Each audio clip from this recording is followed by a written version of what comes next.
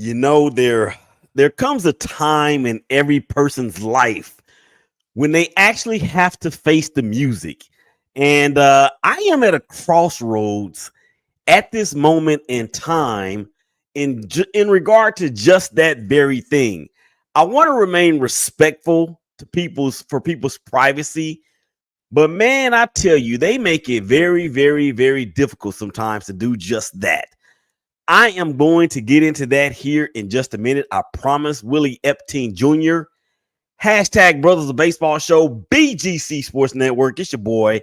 Checking in, man. Live, loud, and in color. You already know what it is. Thank you guys for checking us out on Facebook, LinkedIn, YouTube, Instagram TV, and of course, Twitter. We got the hashtag Family of Baseball coming in the second and third segments. Of course, we're going to get to the week that was with our teams. We're going to talk about the power rankings. I got a did you see that? And a blockbuster trade that took place on Sunday involving Rafael Devers, and now he's in San Francisco with the Giants. So we're going to get to all of that with the family there in the second and third segments. Here in the first segment, we're going to talk about the good, the bad, and the ugly, and it's going to be a different edition of the good, the bad, and the ugly for a couple of different reasons. One, you guys know how I like to talk about current events, and what bigger stage or what bigger event that we had over this past weekend with the compilation of the Army's 250th birthday and the protest, the peaceful protest. I need to emphasize the peaceful protests that took place all over the country. We're going to get into all of that here in just a moment. Big day. What is going on? Baseball fans all over the planet. You already know what time it is. Let's go ahead and get into this thing because we got a lot to cover. This first segment, it is being brought to you by Lakecrest Casino and Hotel. Are you looking for a relaxing getaway where you can enjoy or you can play all day and escape the tedious grind of life? Then plan your getaway today at Lakecrest Casino and Hotel, Ardmore's premier gaming destination, and let the winning begin. Featuring more than 1,000 of the latest games plus an array of amenities to include an incredible restaurant, exceptional retail experiences, a resort-style pool. Lakecrest offers everything you need for an unforgettable escape and a winning experience. Book your stay today and go all in on one of the area's most exciting destinations. That is, of course, Lakecrest Casino and Hotel. Just go to lakecrestcasino.com. Again, lakecrestcasino.com. Okay, big day. Let's just go ahead and jump right on into this because I ain't got a lot of time, and I want to make sure that I clearly eloquate my thoughts. And if eloquate is not a word, or if it wasn't a word, guess what? It's one today. Good, the bad, and the ugly. Big day. Let's just go ahead and get it going. The good, there's two goods actually, and both of them involve pitchers. On Monday, the University of Arkansas hashtag P-Sui. Their pitcher Gage Wood did something that only two other people have done in the College World Series since its inception back some 78 years ago. This cat pitched a no-hitter, but not only did he pitch a no-hitter, ladies and gentlemen, he pitched a no-hitter with 19 strikeouts. 19 strikeouts. Now, I remember back in the day when Ben McDonald for LSU had a game where he threw or he struck out 20, but he did not, it was not a no-hitter. Gage Wood is a senior, if I'm not mistaken, for the University of Arkansas Razorbacks, and his draft stock is increasingly increasing. That's from the Department of the Redundancy Department, as Stuart Scott, the late great Stuart Scott, used to say. But anyway, back to Gage. Gage, his fastball all the way up until the last pitch was still at 97 miles per hour. Let me repeat that. Into the ninth inning, the last pitch in the bottom of the ninth or top of the ninth or whatever it was, bottom of the ninth, 97 miles per hour. And he did not give up a walk or baseball ball or anything. You know what happened to keep him from having an immaculate game? Or not an immaculate game, but a perfect game. I guess it would be an immaculate game. A perfect game. He hit a batter, I believe it was in the eighth inning. And in his post-game interview, you could tell that he was visibly upset about hitting that kid at the dish. So congratulations to Gage. Congratulations to the Razorbacks, as they are now one win away from moving on to the next phase of the College World Series. And for that kid to just say, you know what, here it is, hit it if you can. And they couldn't hit it. And now he's made history. So three no hitters in College World Series history. The first one in 65 years and only the third in the history of the sport at this level. Okay, the other good is another pitcher, but he also plays DH. I don't guess you play DH, you just bat DH. But anyway, Shohei Ohtani. Yeah, that's Shohei Ohtani, who had Tommy John surgery 660 some odd days ago, or it wasn't Tommy John surgery, rather. It was the last time he actually pitched. So that's what, a little more than that's almost 2 years. So he's back on the bump as of Monday night against the Padres. He's already got 24 home runs as of tape time.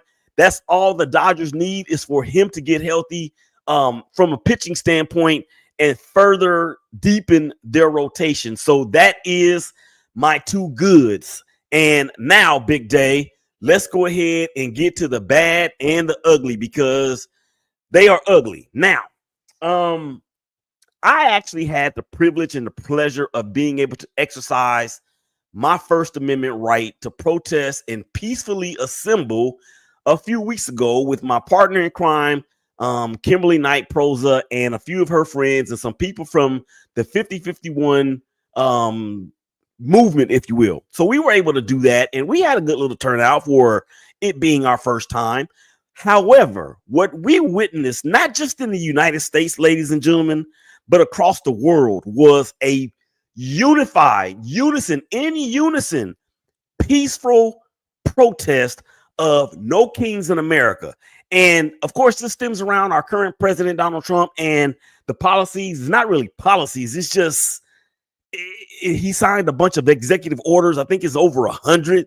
70% of them have been blocked or in the process of being blocked or partially blocked in the courts. He once complained about Barack Obama signing a whole bunch of executive orders, but Barack only signed, I want to say it was 40 or something like that, but it wasn't anywhere near what Trump has done. And of course, on Saturday was the 250th anniversary, or the 250th birthday for the United States Army. Now, one that has served in the United States Army for this great country that we call the good old USA. In all of my years in the military, I have never seen a president do something like this on the birthday of the Army, but it was also his birthday. So we can easily surmise or assume or even presume that he was masking the Army's birthday with his own birthday. But here's the thing: whether you're a Donald Trump fan or not, and I certainly am not, I don't trust any politician whatsoever, but I'm this guy here, and what he's been doing, he's been breaking laws. He's been breaking the Constitution. He actually has been doing everything that he said he wanted to do. He is really testing the limits on being a dictator. This authoritarian, this form of government is what you see in Russia, in North Korea, in China, in other places. So he wanted to build up a military parade to honor him on his birthday and mask it as that. But they were expecting 200,000 people for this parade that cost taxpayers over $45 million. And I think it may have been a total of maybe 10,000 or so people that showed up. That's not what they were looking for. So I want to put a couple things on the screen. First is the actual comparisons between the parade and the protests that were going on all over the nation. So we're going to put that up on the screen. And while I get that queued up and ready, I'm going to talk about a question that I asked, of course, on social media over the weekend. And I got a little blowback, but you know how I do it. I'm going to blow back harder than you blow on me. And that doesn't sound right. And I understand that. but it is what it is for this particular episode or this particular conversation. So here we go with the Trump's birthday party overshadowed by the No Kings protest.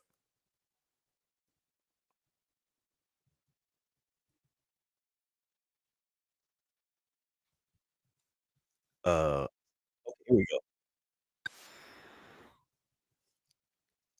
Well,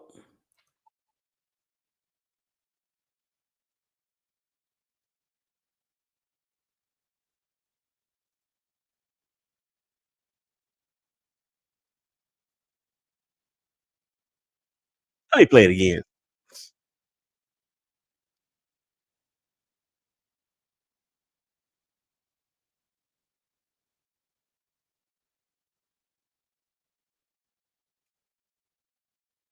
Okay, enough humor because it was I have never seen anything like it. And then, of course, we are living in unprecedented times because none of us have seen any of this stuff happen in the United States while we have had a sitting president. So it begged the question for me, and I posted this on Facebook the other day, and it basically said, "Yo, I got a question.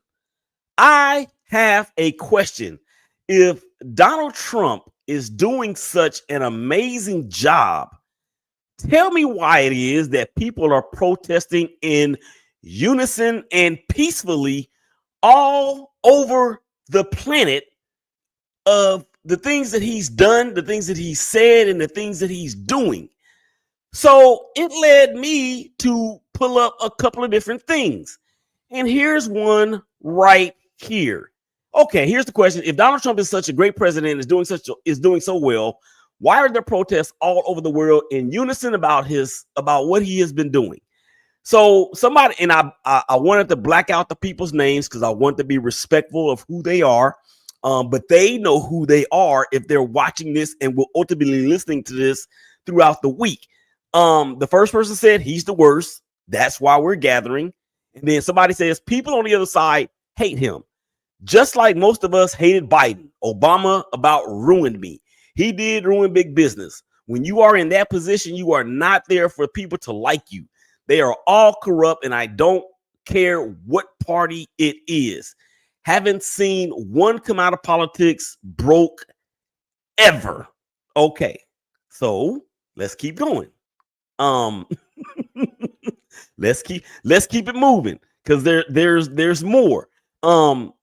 As soon as I am able to, and I know I'm already running low on time, so I need to make sure that I get this in with the quickness, because well, you know what? I'm just gonna do this. I'm just gonna read them as I have them on the screen, on my back screen rather. So of course my reply was, hold on a second. I'm sorry.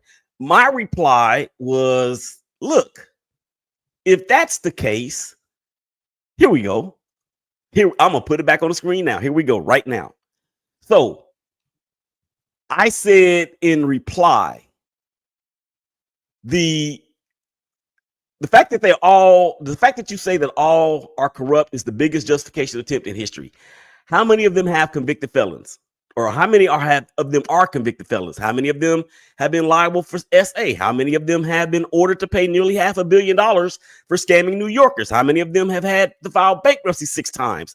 Shall I continue? You see, it's not all about hating him. It's about him, how morally bankrupt, narcissistic, and a punk drunk loser he is. And then this person says, yeah, well, all successful business people have failures. Come on, man. You know better. Stop the hate. We are better than that. I won't get into this. I don't agree, but I respect you and your opinions. We all have them. So I said, you didn't answer my question. Why didn't you answer my question? The question. And you got me, you the one that got into my comments. So now I'm sending a barrage of questions. I look for the answers on how long some Trump supporters will continue to justify this. And then he says, I can answer you, but why? You won't change your mind, and I won't change mine. I'd rather keep a friendship and argue over politicians who have a zero clue who we are. Love you, brother, but don't want to be baited into something that does either of us any good. Democrats have so much hate for one man. Find love and find peace. love your neighbor each other. They want us to fight, and here you go. It's okay to have different opinions. I'm like, yo, you see, this is what they do. It's not about opinions, it's about facts. And it is about facts. And the thing is that whenever you do this, or whenever you bring these things to the attention of Trump supporters, they actually will tuck and run. And what I don't understand is you jumped into my comments and started spewing all this stuff. So what did I do? I just hit you with the facts, homie. I just hit you with the facts. So don't get mad at me because I hit you with the facts and you didn't like them. It is what it is. I didn't make the stuff up. It was already out there. Shout out to Patrick. What's up, man? I appreciate you chiming in. I appreciate you reposting it. Daniel Berry always checking in. Hey, everyone, happy Monday. Come on back to the other side of the break. We got the family of baseball coming in. Willie Epstein Jr., #Brothers Baseball Show. Y'all come back and holler at us.